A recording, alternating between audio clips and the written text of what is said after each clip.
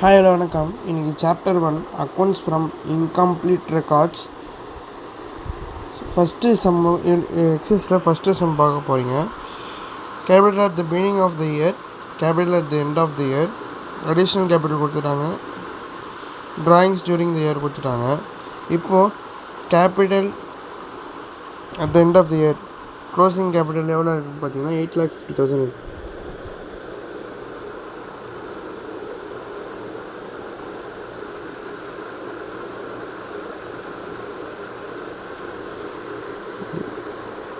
$8,50,000 இருக்குது. லெஸ் லெஸ்ன்னு போடாதீங்க, இந்த போடணும். Add drawings during the year, drawings during the year, drawings during the year எவ்வளோ கொடுத்துருக்காங்க? 70,000 கொடுத்துருக்காங்க. 9,20,000 ஆகுமா?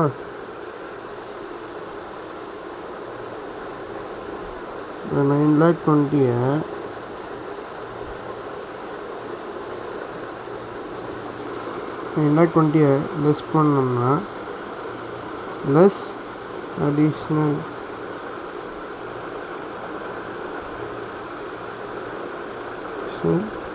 capital introduced. Additional capital introduce பார்த்தீங்கன்னா இங்கேருந்து 1,20,000 இருக்குது. 1,20,000 லெஸ் பண்ணோமா? லெஸ் பண்ணால் 8 lakh வந்துடுமா? இதுதான் நீங்கள் என்ன நேம் கொடுப்பீங்கன்னா adjusted closing capital less opening capital.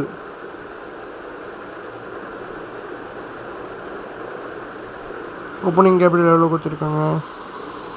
5 lakh கொடுத்துருக்காங்க.